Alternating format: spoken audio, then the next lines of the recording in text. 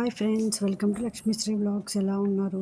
So ఈరోజు special వచ్చేసి అటుకులు ఉప్మా అండి. సో పోహా అని అంటారు. ఇది వచ్చేసి చాలా తక్కువ టైంలో మనం వచ్చేసి టిఫిన్గా కానీ స్నాక్స్గా కానీ లేదంటే ఇంకా లైట్ ఫుడ్ కావాలంటే నైట్ డిన్నర్ కూడా ప్రిఫర్ చేయొచ్చు. దీనికి వచ్చేసి ఒక టమాటో, ఒక ఆనియన్ అండ్ ఒక లెమన్, నెక్స్ట్ కోరియండర్. మీకు ఇష్టమైతే కనుక అందులో పచ్చి బఠానీ వేసుకోవచ్చు, క్యారెట్ వేసుకోవచ్చు, బీన్స్ వేసుకోవచ్చు. మనం తినేదాన్ని బట్టి వెజిటేబుల్స్ ఎక్కువ కావాలంటే దానికి తగినట్టు యాడ్ చేసుకోవచ్చు.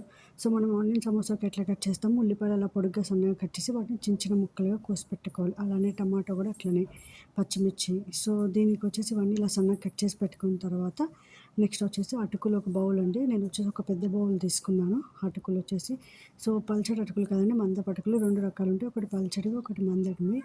సో మందపాటి అటుకులు ఇవి వచ్చేసి మనం స్నాక్స్గా కూడా చేసుకోవచ్చు, లేదంటే ఇలా ఉప్మా కూడా అటుకుల పోహలా చేసుకోవచ్చు. నేను ఫుల్ బౌల్ తీసుకున్నాను. దాన్ని వాష్ చేసేసి పక్కన ఒక 5 minutes ఉంచాను.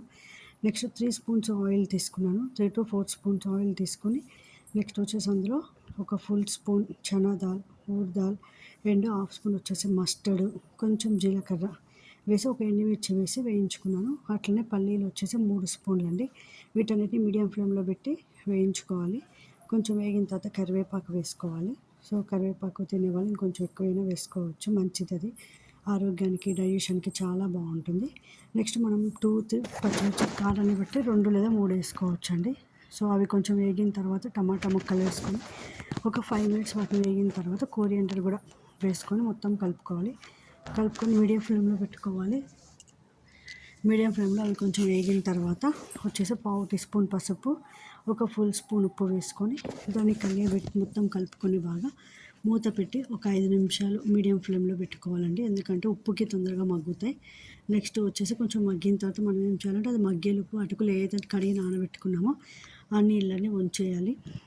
సో చూసారు కదా, నేను వచ్చేసి వాష్ చేసి పెట్టుకున్న అటుకులు ఒక 2 సార్లు కడిగి పోస్తే వాటిపైన ఉన్న డస్ట్ కానీ లేదంటే ఏదైనా ఉన్నా కానీ పోతుంది. సో వాటిని కడిగేసి ఆ వాటర్ అనేది ఉంచేసుకోవాలండి. చూసారు కదా, కడుగుతుంటే వాటర్ కలర్ ఎలా వస్తుందో అటుకుంది. సో ఇప్పుడు ఈ నీళ్ళు అనేది పారబోసుకోవాలి. మనం వాటర్ పారబోసుకున్న తర్వాత ఈలోపు మనం ఏదైతే వేయించుకున్నామో దాంట్లో ఈ అటుకుల్ని వేసేసి ఒక 10 minutes సిమ్లో పెట్టేసి ఉంచుకోవాలండి. కలిపిన తర్వాత బాగా కలపాలి, ఎందుకంటే కొంచెం వాటర్గానే ఉంటుంది.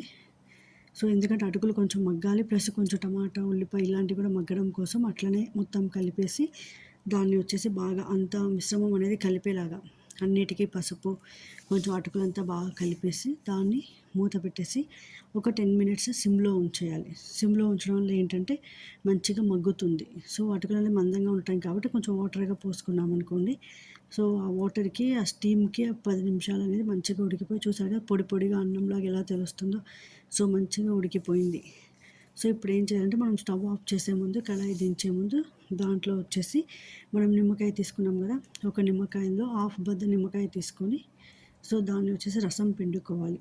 రసం అనేది మన పులుపుని బట్టి, మీకు కొంచెం పులుపుగా కావాలంటే ఒక ఫుల్ చెక్క ఇంకొంచెం పిండుకోవచ్చు, లేదు అంటే అరచెక్క సరిపోతుంది. దానికి మనం తీసుకుని ఒక పెద్ద బౌలు అటుకులకు వచ్చేసి ఒక హాఫ్ చెక్క నిమ్మకాయ సరిపోతుంది. నెక్స్ట్ వచ్చి ఒక ప్లేట్ తీసుకొని సర్వ్ చేసుకొని తినేసి ఎలా ఉందో మీరు మీ ఇంట్లో ట్రై చేసి నాకు చెప్పండి. దీన్ని స్నాక్స్గా కానీ, మార్నింగ్ బ్రేక్ఫాస్ట్కి కానీ, పిల్లల లంచ్ బాక్స్కి కానీ ఈజీగా చేసేసుకోవచ్చు. అటుకులు ఉంటే చాలండి, చాలా రకాల స్నాక్స్ చేసుకోవచ్చు ఈజీగా. సో మీరు మీ ఇంట్లో ట్రై చేసి ఎలా ఉందో నాకు కామెంట్ రూపంలో తెలియచేయండి. ఇప్పటివరకు నా ఛానల్ సబ్స్క్రైబ్ చేయని వాళ్ళు ప్లీజ్ సబ్స్క్రైబ్ మై ఛానల్.